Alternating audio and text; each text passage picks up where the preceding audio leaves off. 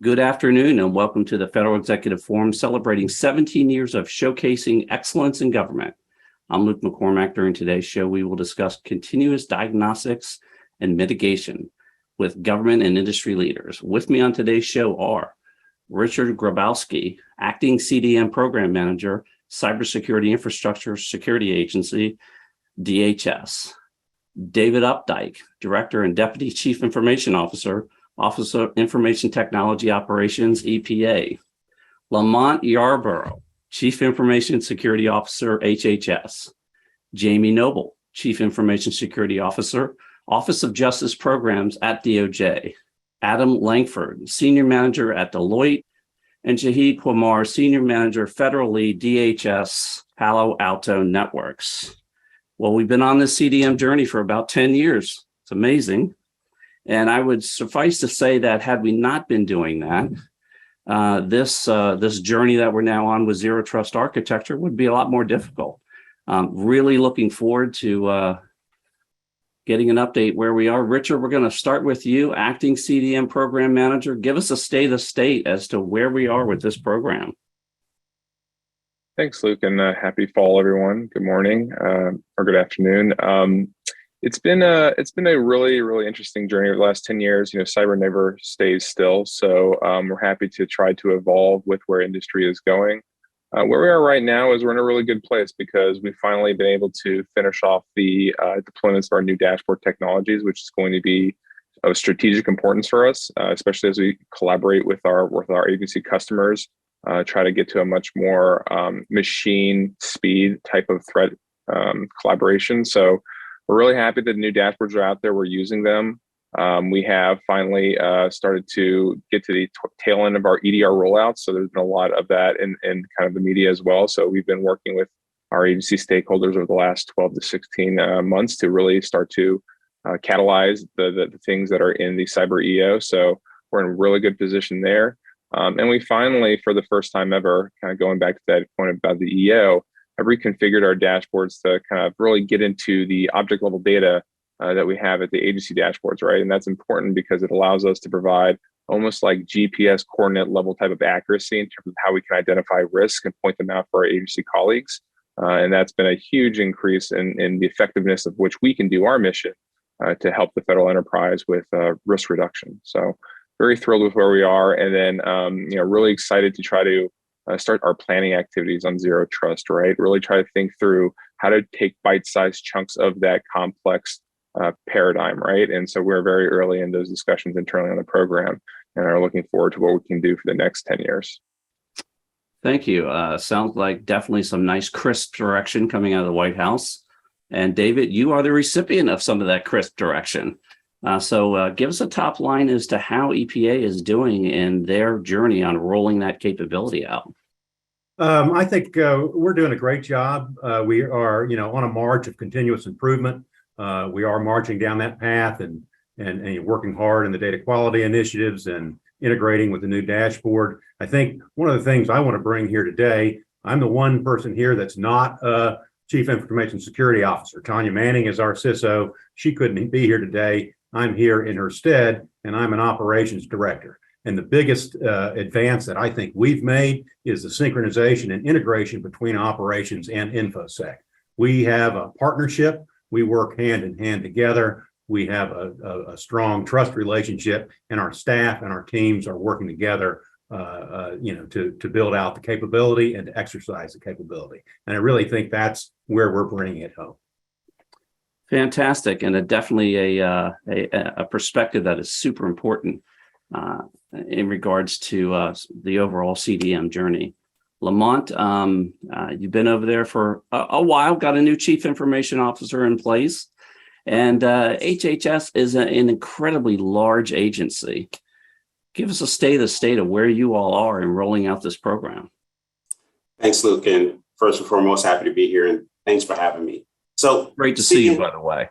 Great to see you as well. So CDM provides HHS, with the ability to provide endpoint integrity, including hardware and software assets, configuration, vulnerability management. So the initial rollout of the CDM implementation at HHS provided the licenses and maintenance support for tools, including but not limited, to things such as Big Fix, Forescout, Tenable, et cetera.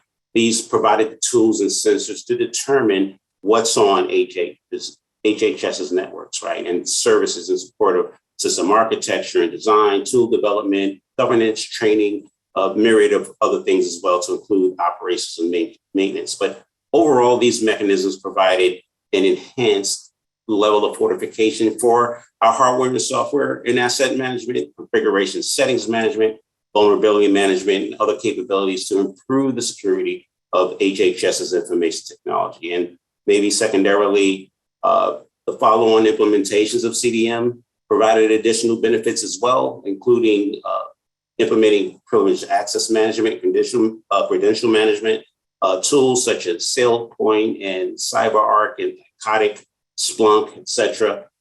They allowed the operating divisions within HHS to better manage the use of privileged credentials, accounts, access, and authentication in their respective environments. So we feel that CDM is doing, big things for us. Yeah, once you start to instrument and understand sort of who's on that network and what's on that network, all of a sudden it enlightens you. And no question about that, particularly in these very large agencies. Speaking of a very large agency, Jamie, you're part of one. Tell us what the Office of Justice Programs does, and then tell us what you are doing in regards to the CDM rollout there. Sure. So like you said, I'm with the Office of Justice Programs, which is one of many components within the larger Department of Justice. Mm-hmm. And the Office of Justice Programs is an agency that's really the grant-making arm for the Department of Justice. And our mission is to further justice and improve it across the country by making grants to local law enforcement and communities to help victims and help bring law enforcement and the communities together. And in terms of us and implementing CDM, along with our mission, we've gone through a major digital transformation where we had the opportunity to totally modernize our grants management system. And so we rolled out a brand new grants management system in 2020, miraculously enough. We got our development off the ground. But along with that came the opportunity to really reimagine how we were going to implement identity and access management for not only that system, but really re-architect it for the enterprise, or OJP. Using CDM and the principles therein, we made sure that the architecture that we were going to roll out for this all-important task was in alignment with those core principles in CDM and the larger Department of Justice. So that was really probably the main thing about 2 years ago when we were undergoing that effort. When you modernize in a modern way, you can take advantage of all these capabilities and bring that in and really harden those environments. I'm sure you're would have preferred a different type of timing, but it sounds like it was very successful. Adam, you all do an extensive amount of goods and services and deliver these capabilities globally in regards to security. I think a lot of people would be surprised to understand the comprehensiveness across the global footprint. But let's talk about CDM specifically and what you're doing in this area to sort of enable this community. Yeah, you're absolutely right, Luke. And let me start off by saying good afternoon and thanks for having me on here. It's great to be amongst such esteemed panelists. So you're right, Deloitte provides services across the globe and across federal government. And what the CDM program has done for us is it gives us not only a tool set to work from and a script to work from, but also the freedom with their movements to more logical or the data model type of architecture, which gives us the freedom to come with different services and offerings that are maybe a little more creative, along with analytics and zero trust and the dashboarding visualization reports, what we can do there. So really it allows us to bring our clients more across what we've found to be successful both in the commercial and defense agencies, and using a common set of tools and criteria to really help out the federal agencies along small businesses, small organizations, and larger federated ones like HHS and DOJ. Thank you, Shahid. There's no question that in order to roll these capabilities out, we have to have superior technology. Certainly, you all are right smack in the middle of this. Give us a sort of a bird's eye view of what you're seeing across this this ecosystem. Sure. So, with the executive orders and M2209, you have a lot of folks that are are down that zero trust path, right? What we've been doing, and actually a lot of conversations I'm involved in, is like, you guys have already spent a lot of time since 2014, 2015 on a program like CDM, where you've done, collection of data, understanding where your assets are, your software, what you're running, right, where your risk profile is. And let's start looking at those data points and start developing those type of policies that actually get you quicker and faster to a zero trust framework. And many of these organizations, we're kind of using what we did as well, right? Some of the lessons that we learned when we implemented zero trust across our organization, and trying those as a blueprint, right? And a lot of conversations around strategy with the agencies here. And then a couple other things that are really interesting is how we are helping on the collection of the data that they have today with what we do with our like XDR, for example, and helping with on the threat hunting capabilities that CDM is looking to accomplish down the road as well. Thank you, Shahid. We're going to roll into specific programs. And David, I'm going to start with you. As you described, you sort of, your organization, you are on the front line there, if you will, and have been for through this entire journey. EPA, extremely complex. I remember all the way back to the Superfund days and everything else. A lot of sophistication there, very broad footprint. You want to give us an example of a specific program where you've been able to introduce this capability and really shore up this very sophisticated environment?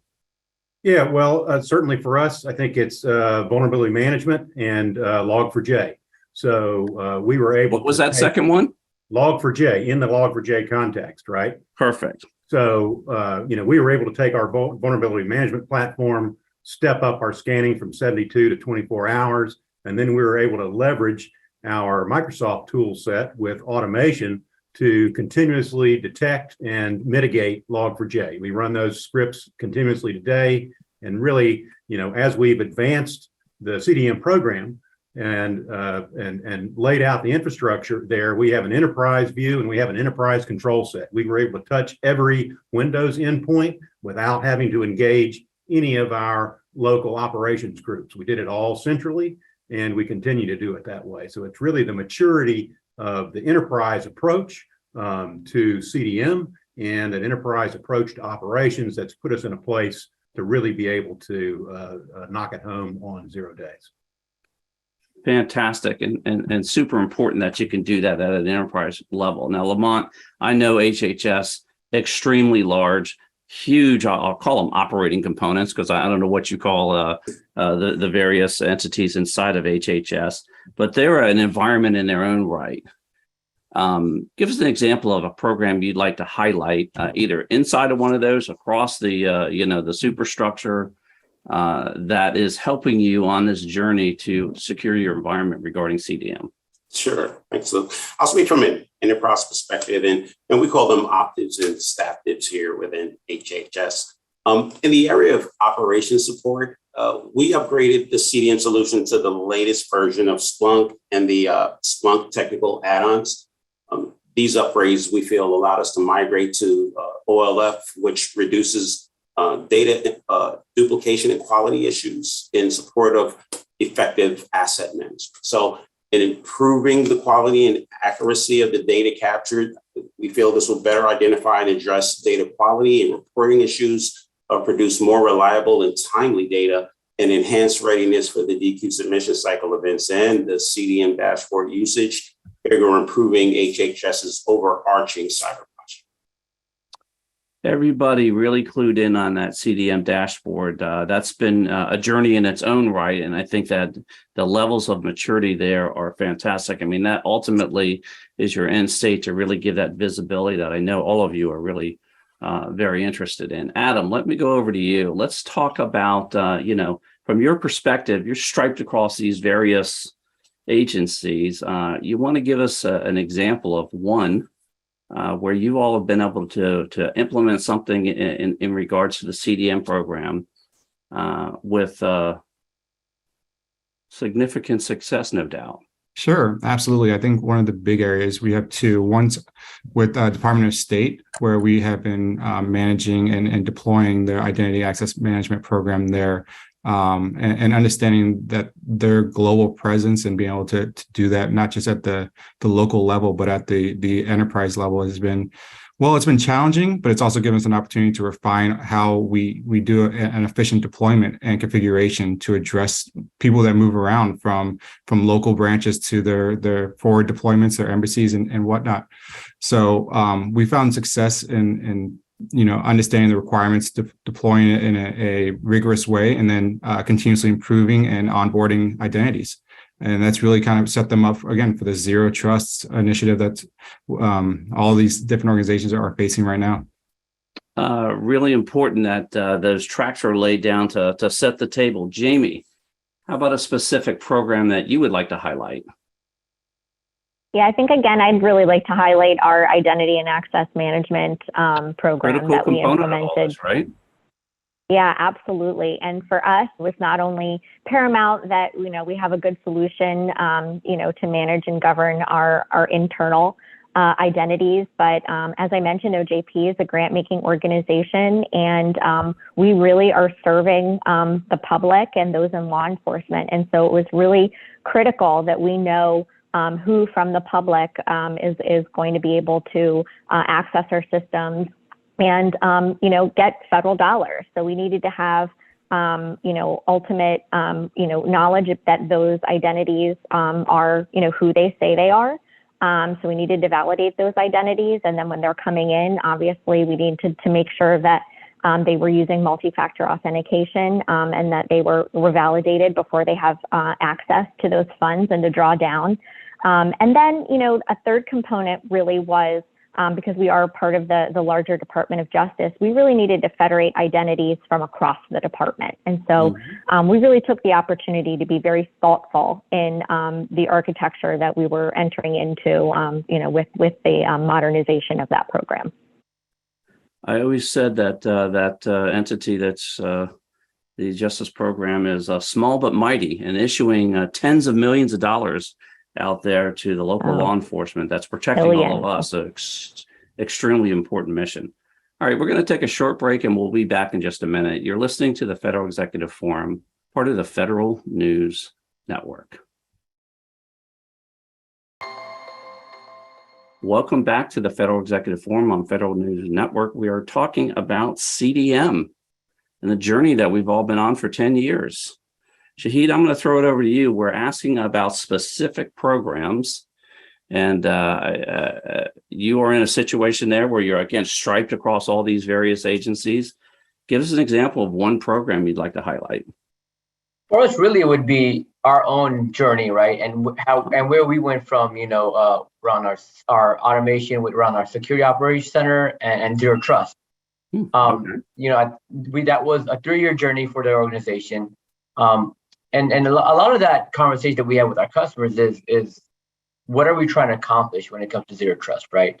It took some time to understanding what are our needs, what your business needs are, what are you actually trying to protect, and then layering on, the solutions that we have in place, right? Palo Alto plus others, right, that we have in place to really implement a full Zero Trust network. At the same time, delivering the services, right, without compromising user experience, right? The employees, our research team, everyone that can consume the data, make sure that they have access to the data quicker and faster, right? Without any kind of compromise of security, right? So and vice versa. So that's really one of the big things that we've done pretty well. We've gone to like a 24/7 operations center to an 8x5. A lot of automation in place that was really helpful and successful for us as an organization. Fantastic. And didn't go unnoticed that the journey is complex, right? It's not just sort of plug and play. Even a superpower such as Palo Alto takes 3 years to roll these things out. So we certainly do appreciate that. Richard, you top-lined, the entire program right at the beginning of the program here. Why don't you give us a specific example of one area that you'd like to focus on and sort of illuminate for our listening audience? Yeah, thanks again, Luke. I'll give you two key initiatives that we have on the program and two significant milestones, both of which are the first time we've ever done this, which is exciting for us. Let me go back real quick to the dashboard. So for those that track CISA, we have an authority called a binding operational directive, right? This allows us to issue specific guidance to agencies to do some sort of activity. About this time last year, we issued BOD 2201, which is the known exploited vulnerabilities BOD. And again, as an aside, one of the things I want to make sure the audience realizes that even though we're doing zero trust, even though we are trying to continuously evolve, there are some blocking and tackling aspects to cyber, right? Like vulnerability management, like David was mentioning earlier, you got to do that stuff. The table stakes are important. Yeah, and so that bot was reinforcing that, hey, vulnerabilities are still a thing in software. They will be for a long time, potentially forever. You got to deal with them, right? And here are the ones that we think, based on intelligence, are worth getting first, right? That kind of goes with the CDM mantra, fix the worst first. Anyways, so the BOD last year was released, and they've been manually reporting, agencies have been manually reporting those data sets for about a year. For the first time ever, we will be using CDM investments and the data that are in the architecture to automate those reporting when the clock ticks over to October, right? So no longer will we be requiring agencies who have data in the platforms to report via spreadsheets manually. We will have our operators looking at automated data first as a preference to responding to those BOD data calls, right? And that's delivering on a long-standing promise that the program has had for almost 10 years. So I'm very excited. Sure, about every that. agency out there is applauding whether they show it on camera or not. Yes, and that's so important because really one of the things that we're trying to do is drive value in all this work that we've been working with agencies on, right? We want to make sure that these investments aren't just another thing in your operations center, that they're used strategically for key initiatives across the cyber government. So that's really exciting. And then the other milestone that we've hit is CISA EDR Initiative. The program has kind of been bootstrapping that. This goes back to the EO. We are incredibly deep into this right now. We expect to be done with most of our work by FY23. And as people have been tracking the EDR initiative, whether it's in the Cyber EO or M2201, which is the EDR memo, you'll see language in there that talks about CISA having persistent access to agency EDR tools. Again, beginning of this month, first time we've been able to do that. Our threat hunting teams now have persistent access to agency tools and can do collaborative threat hunting with them, right?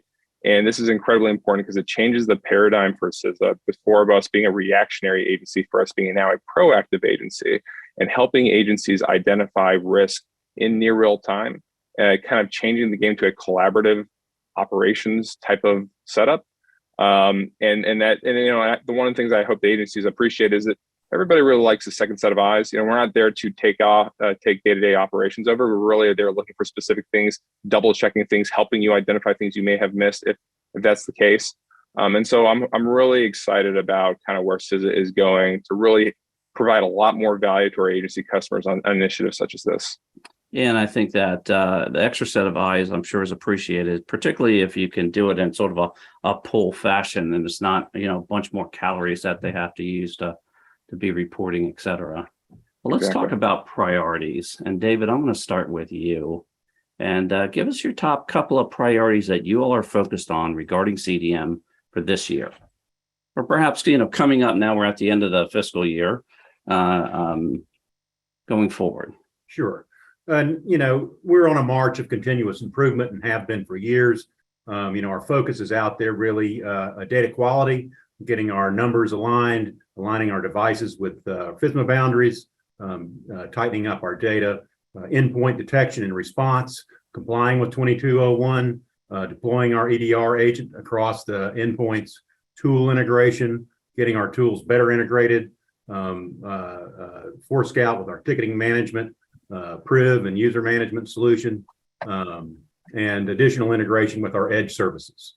And then maybe finally in that, dashboards and isolated networks, pressing into the isolated networks with visibility for CDM. A lot of activity there and a lot of major focus. Jamie, how about over at Justice Programs?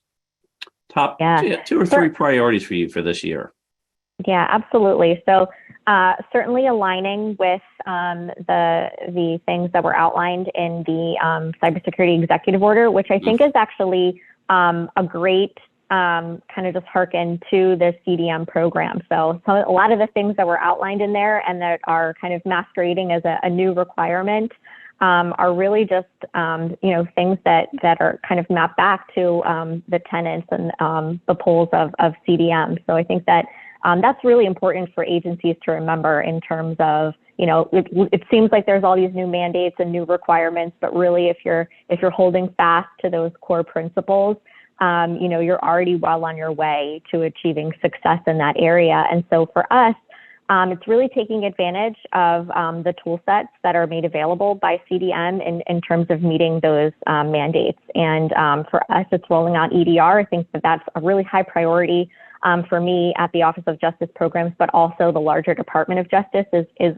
gaining that insight and allowing that second pair of eyes, just as Richard was describing, because we need all the help that we can get in that arena. So that's definitely paramount. And then beyond that, really getting a hold of our mobile footprint. And so, looking ahead to mobile threat defense as well. No question, that's becoming a significant requirement going forward. Adam, again, you all are striped across a lot of different agencies.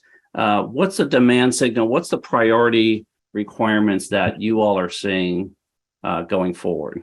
Yeah, so in the last couple of segments, we've been talking a lot about tools as mechanisms for protection. And now it's kind of taking that same view and changing the lens a little bit to more objectives and missions. So tying tools and capabilities to actual mission objectives for the organizations.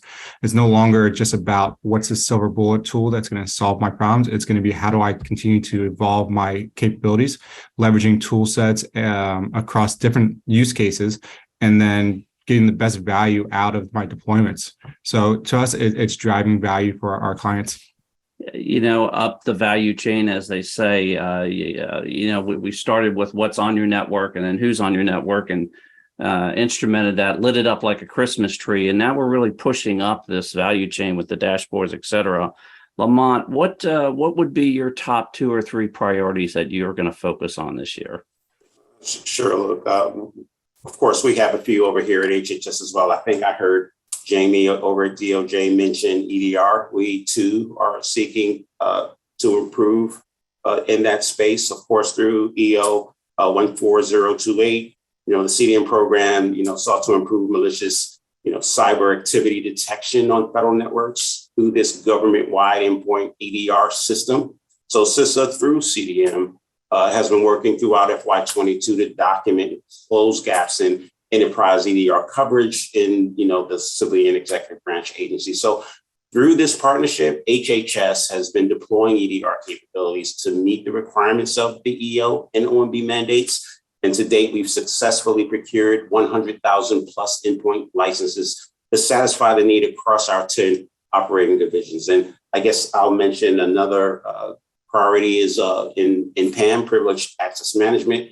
We want to seek to continue to mature our identity and access management through deploying and implementing and configuring PAM capabilities as part of the overall CDM solution. So no question. And for those that may not know what EDR is, since you referred to it a couple times. Endpoint detection is technologies to kind of identify anomalies in your endpoints or your IP-enabled devices throughout your infrastructure, and a response mechanism when anomalies are detected. Super important, very much part of the end game, if you will. Shahid, top priorities that you're seeing. What's the demand signal that you all are getting in respect to Palo Alto? So kind of circle back to what Richard said earlier and around the vulnerability management. I think David said the same thing. Really, what we've been doing is kind of our partnership with like the JCGC, what we're doing with NIST, right? And folks CISA.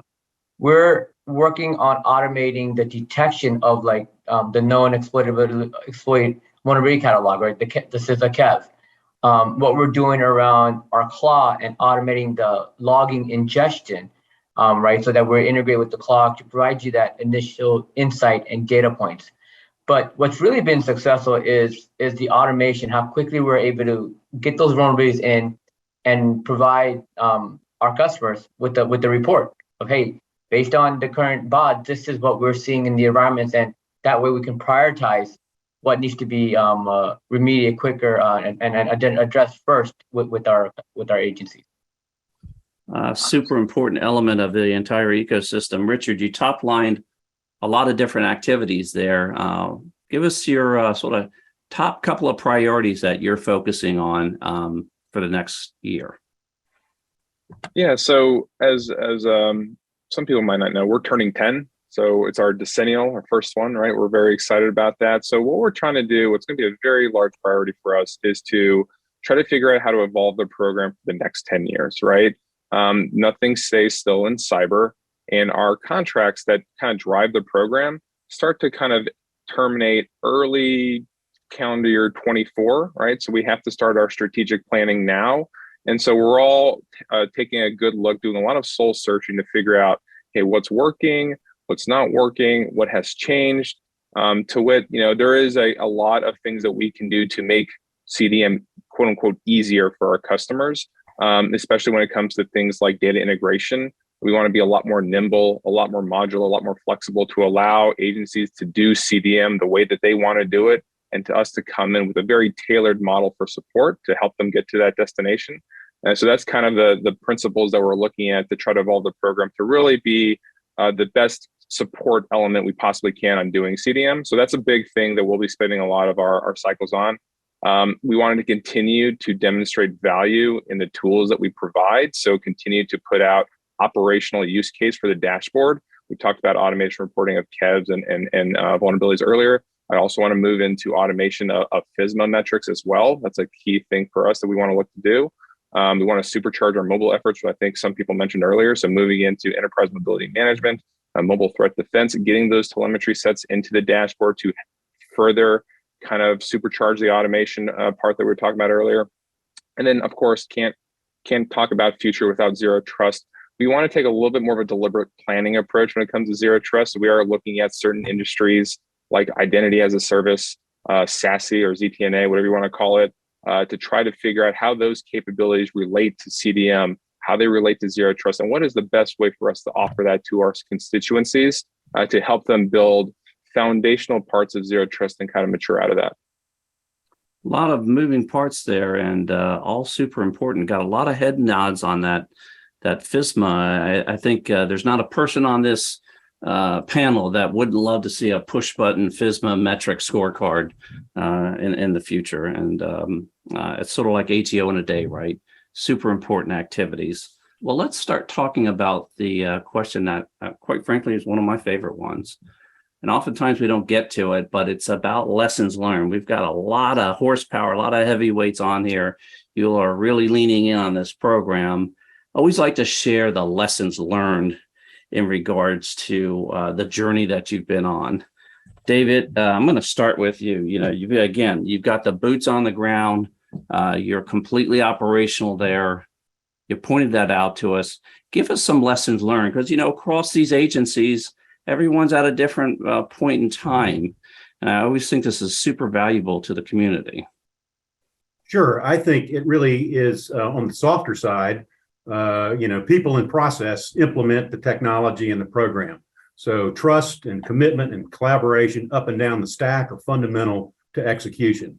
At EPA, we're in a great position. We have Vaughn Noga, who's our CIO, has broad experience across operations and InfoSec, and he's actively engaged in the program. Tanya and I make commitments at the beginning of every fiscal year of what we're going to achieve, And we brief him out on a weekly basis on a subset of those projects with our staff. So he's engaged and he knows what's going on and is actively involved in it. And then our appointed leadership are engaged and supportive of the program also. And so up and down, from the top of the rack down to the staff, we know where we're going and we go there together in collaboration. And that really, I think, is fundamental to the successes that we've achieved. Soft side's always really important. Jamie, top lessons learned for you all as you've been on this journey. Yeah, I think, as David said, being strategic in how you're going to achieve your goals at the start of the fiscal year, and entering into collaborative relationships with your operations folks. So it's great that David and Tanya are in lockstep, just as I am with my operations team at the Office of Justice Programs. And then I think really one of the biggest lessons learned too, because, the Department of Justice, we've been in the dashboard game for quite a while, but that, the validity of, the dashboard data has gotten really a lot better over time. And so, it's been normalizing, and we've been able to take better advantage of using that data to make decisions and to prioritize our limited resources. And so I think working collaboratively with DHS, to give them feedback on the data has been key. And having a good relationship with the CDM PMO, right? Just to they're there to help us, to assist us. And so working with them to assess our environments and find out what is really needed to achieve our goals has been paramount for us. And I think if I could just pull that thread just a moment, relationship with the CDM program, very important. Relationship with the department, also very important, right? You kind of dancing on two pinnacles there, if you will. How is that coordination working in regards to just sort of the lessons learned, and as that is all evolved, as all these all this direction, let's say, that had come down sort of fast and furious over the last few years? Yeah. So no, that's a great question. And I think it's really kind of harkening back to what David was saying about those collaborative relationships. And so for me, as a component of the Department of Justice, it's really been very important for me to maintain my relationship with the Justice Management Division Cybersecurity Services staff, because they're the ones that have that relationship with the CDM PMO and are doing an assessment on behalf of the department. And so being forthcoming with what's working and what's not working and what our needs are, is just really, I can't stress the importance of that enough. And then participating, if you do have bandwidth, in some of piloting some of the technologies and seeing really what's going to work for you and your agency, because not everything is going to work perfectly, and it may entail making some changes on your end, or making some larger security architecture changes on behalf of the department. And so again, just having those feedback loops and partnering and constantly being in communication is really important. Yeah, and that early adoption, really important, especially the lessons learned getting back to the community. I know the CDM program has done a fantastic job of that. All right, we're going to take another short break. We'll be back in just a moment. You're listening to the Federal Executive Forum on Federal News Network. Welcome back to the Federal Executive Forum on Federal News Network. We're talking about CDM, and we're focusing on lessons learned. Shahid, I'm going to ask you, again, you're in a situation where you're seeing a lot of these various agencies implement this. You're helping them implement it. Lessons learned that you're seeing. So, couple of things that, as, the evolving nature of cybersecurity, right? We've seen a lot of these capabilities, being delivered through integrated platforms and solutions. Historically, what we see, there's a siloed approach, right? We've got a lot of agencies that are kind of looking at point solutions. So how best us as Palo Alto Networks can help use the data that you already have, and then also help you modernize your approach, right? Because with an integrated platform and approach, you're able to kind of operationalize quicker, use the data that's already there, the telemetry that's already there, be through automation, or create some type of orchestration where you can collect data points from your RE tools that are there, and then remediate those things through like a SOAR type solution.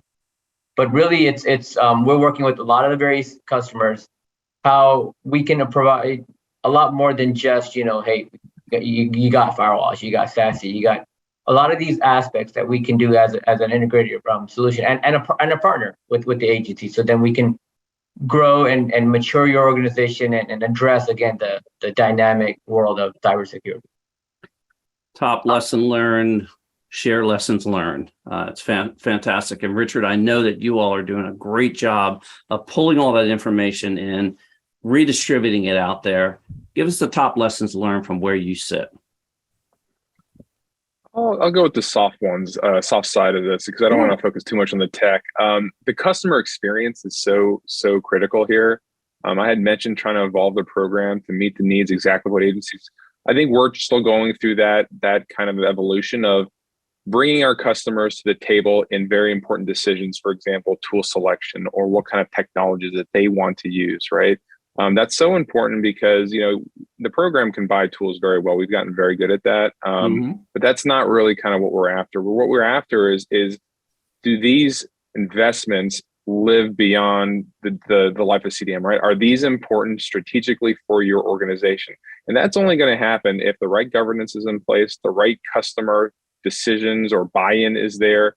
And so that's so important to making sure that we're not just buying tools, that we're actually buying capabilities that are going to live beyond 2 years, right? And so we've started to really codify that is really an important part of the whole equation. The other thing too is on staffing, and someone had mentioned this earlier.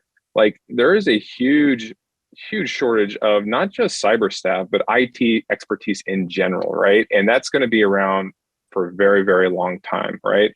So how can we get more efficient to provide services while not maybe taking on some overhead that we don't need? And of course, one of the quickest answers that we have that we've seen firsthand is cloud, right? Taking advantage of cloud native services where possible. And this is not just on just cyber, but there's infrastructure. We on the CDM side as well has started to offer some of our services like dashboard as a service so that you don't have to find certain experts in certain technologies. You can just flip a switch and then focus on training and using the technologies versus having to maintain it, how to provision it, how to upgrade it. And so as a service models and cloud in general are good strategic decisions for investing in IT to really help reduce that overhead and that resource shortage from a staffing perspective. Great catch on that customer experience, right? First order of business, listen to the customers. What do they need? And quite frankly, what do they not need? Adam, speaking of talent and talent gaps, in steps Deloitte. Give us the state of the state in respect to the lessons learned that you're saying. Yeah, Rich is spot on. It's no longer just a cyber staffing problem. It's an IT modernization, modern technology staffing problem. And so we see a shortage across that and looking for specialization. So here at Deloitte, we're not just focusing on what somebody can come into the firm with already experience on, but also training them up. So having very comprehensive training programs here focused on some of those future forward technologies. Or industries, whether it's that machine learning, artificial intelligence, how to use data better, or it's the quantum and cryptography. So these are some key areas that we're going to start seeing a lot of questions rise up from not only our clients, but across the industry on. And so we want to come prepared with the right analysts and right engineers across that. Right. And make sure that that capacity is available where and when we need it, so to speak. Lamont, you have an extensive breadth of experience on this subject. I know you've got a plethora of lessons learned, not just at HHS, but your prior agencies, et cetera. Give us your small top handful there that you'd like to impart this wisdom on us all. Oh, for sure. I think one of the lessons is pretty much tangential to what's already been stated. I think appreciating the need for, consistent and value-based education to ensure, stakeholders have a common framework of understanding regarding how the CDM solution works and that they're equipped with knowledgeable resources relative to the configuration and maintenance of components that make up the CDM solution. So, these resources can include standardized documentation, Within HHS, CDM, we provide CDM program assistance as well. And of course, the CISA offered cybersecurity training and exercise. So a shared understanding of the CDM requirements and process provides better awareness of the causes and challenges with data reliability. I think a second lesson might be an appreciation for, adjusting your internal timelines to execute, any necessary procurement activities that can help manage tool renewal delays that may occur during the purchasing, processing, or vendor fulfillment process. So, even, with that understanding, we've been able to successfully execute a number of procurements within the first 6 months of this FY. So, or the ending of FY20. Fantastic. And again, hats off to all of you, and certainly to the CDM program for making those goods and services available across this ecosystem for the folks to be able to acquire those capabilities and get them on the ground, so to speak. All right, we're going to have to wrap this show up, and we always like to end it with sort of the forward-looking question here, and that's give us a picture of the future. Couple of years from now, Shahid, we're going to start with you at Palo Alto. Fast forward a couple of years, you look around. What are you going to see out there? What's the demand signal that's going to be coming in from the community? What do you all have cooking to align to that for the next couple of years? So really, as post-pandemic COVID, where is work, right? Where are we going to work, right? Work is now, our location is everywhere, right? It's in a Starbucks, it's at home, right? And then 1 or 2 times a day you go to the office, right? It's addressing those challenges on user experience, on security, on quicker services, right, to those users and where they're accessing their day-to-day job. For us, right, it's again going down the SASE is a big piece of that, but at the same time, user experience. How are we using AI to kind of actually enhance the experience, right, for the users, so that wherever they're at, they're able to accomplish their work, do the job that needs to get done without, getting an email from their manager, right? For example, that's one of the things that we see that's going forward, and really, we say AI a lot, but using artificial intelligence, using machine learning, right? That's what we do right now through our global footprint. We're actually capturing everything that our customers do, and then provide recommendations and best practices on simple things like, hey, you have this app running, right? That's the user experience aspect of it, right? When you're working. So this is how we see, again, there's no office to go to anymore. Now we need to make sure that we can deliver our services quicker, faster, secure, and efficient. No doubt, and we're all looking forward to that. Adam, no question that you all are involved in some very sophisticated implementations as well, as far as AI, ML, et cetera. What do you see in the next couple of years? What's the sense from the Deloitte lab coming out into this environment? Yeah, I think we've all have teetered along it, and some be more explicit, but it's going to be a lot of flexibility and service offerings. I think providing the services quicker to the clients is going to require certain service catalog type of methodologies. Secondly, the tighter integration with your other capability areas, whether it's threat hunting, incident response, threat intelligence, and how you can operationalize that information that's coming in, and then also providing that information to those different organizations so they can operationalize and accomplish their mission quicker. And then finally, that kind of segues into automation. I think Shahid was just talking about it, but automation is going to be a huge factor in the next few years. Is how do we continue to elevate our staff out of the mundane activities and provide them with areas to leverage their training and their expertise rather than doing calls and answering data calls. So automation between one internally and the external stakeholders.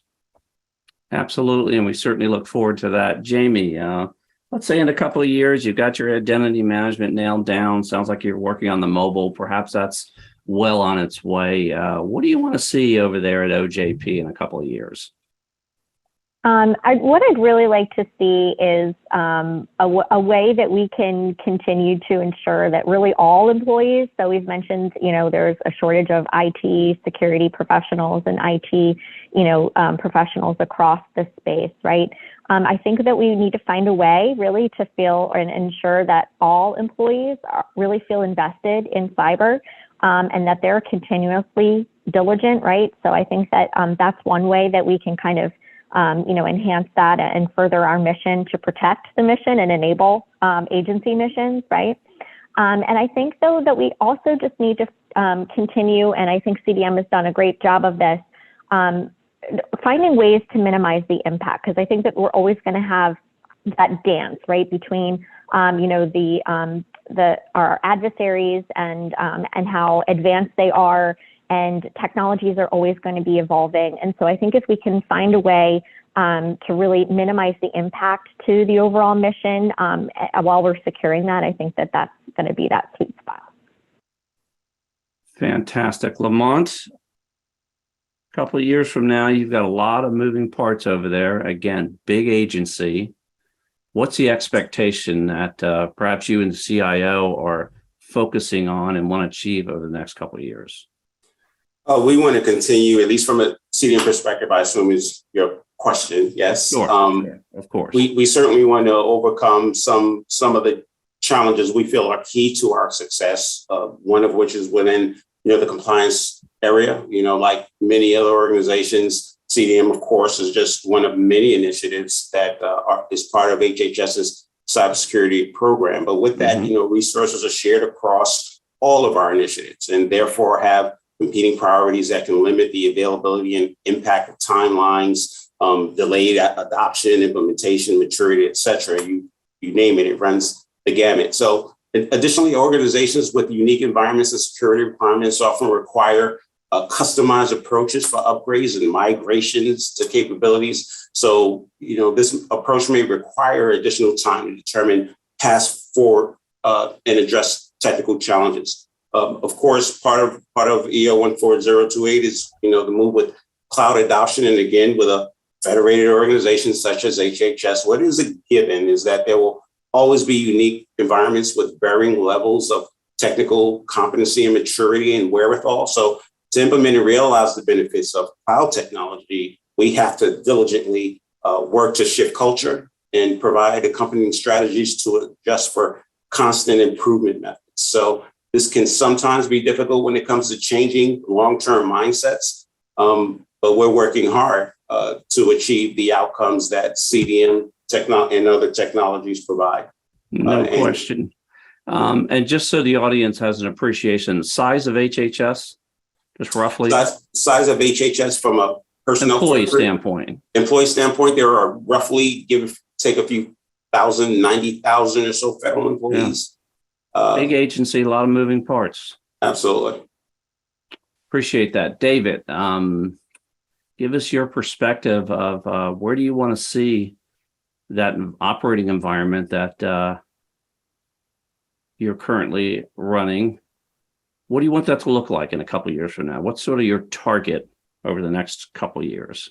A couple of things. I think, one, our drive to cloud-based telemetry, analytics, response platforms, that's all fundamental to our future, right? Mm-hmm. The things that we can get out of our cloud providers, their visibility across not us, just us, but everyone is fundamental to our ability to be in front of the game. I think our ability to automate enterprise-wide response for mitigation and remediation is critical for the future. So we are moving out on operations rationalization campaign, and we hope to, in the 3-year time frame, bring all of our infrastructure operations up through the middleware stack into one scope of control and with automation. And I think that is the thing that really gets us out of the ask and task, right? And into being able to actually push and move change from a configuration standpoint to protect and in a response to react. Wow, that is super impressive and certainly a tall order. I know that a lot of those environments are super complex and unique, as Lamont had pointed out, right? There are some uniqueness in these areas. You can't just homogenize those environments. So best of luck with you there. Richard, we're going to cap it off with you. 2 years from now, you're going to be 12 years old at that point. What are you expecting at that point? Give us an insight as to what we can expect from the CDM program, fast forwarding 2 years. Yeah, and I'm going to put something ambitious out there, and I hope my esteemed panelists here will not. You heard it here first, right? Yeah, let's get some breaking news here. My hope, my vision is that the next time something like a SolarWinds or next Log4j, we don't send any emails, we don't pick up the phone, we don't send out Outlook meetings, because we have the fabric built, right, so that we can do machine data driven point and detect, right? We don't have to sit on a phone call and discuss what we're seeing. We can actually go to the data and see it, right? And I'm actually quite encouraged with what I'm hearing from my panelists here, that we're making good strides in that direction, right? Enterprise approaches, enterprise data sets. So we won't have to sit around a call, multiple calls, Christmas, because that's usually when this happens, the holidays, right? Where we have to spend that time on phone calls talking about advanced threats, because we will either have automatically detected it and pointed out where it needs to be resolved, or the teams themselves are empowered through technologies to find those things in near real time, right? That's the vision. I hope everyone can agree with us that meetings are great. There's a time for them, certainly, maybe like lunch, but for cyber, you got to be faster, right? You want to be more data driven. That's really where I hope to be in the next 5 to 10. So fantastic, and a great aspiration. I think everyone is poised and looking forward to more of sort of a machine-to-machine type of environment that you're describing there. Folks, it's been a great show, and I really do appreciate you taking your time out of your busy schedules to join us for this program. I'd also like to thank the sponsors for supporting us on this show. I'd like to thank the good people here at Federal News Network that make our program so successful and enjoyable. And most of all, I'd like to thank you, the listening audience out there that tune in every month. You've been listening to the Federal Executive Forum, part of the Federal News Network.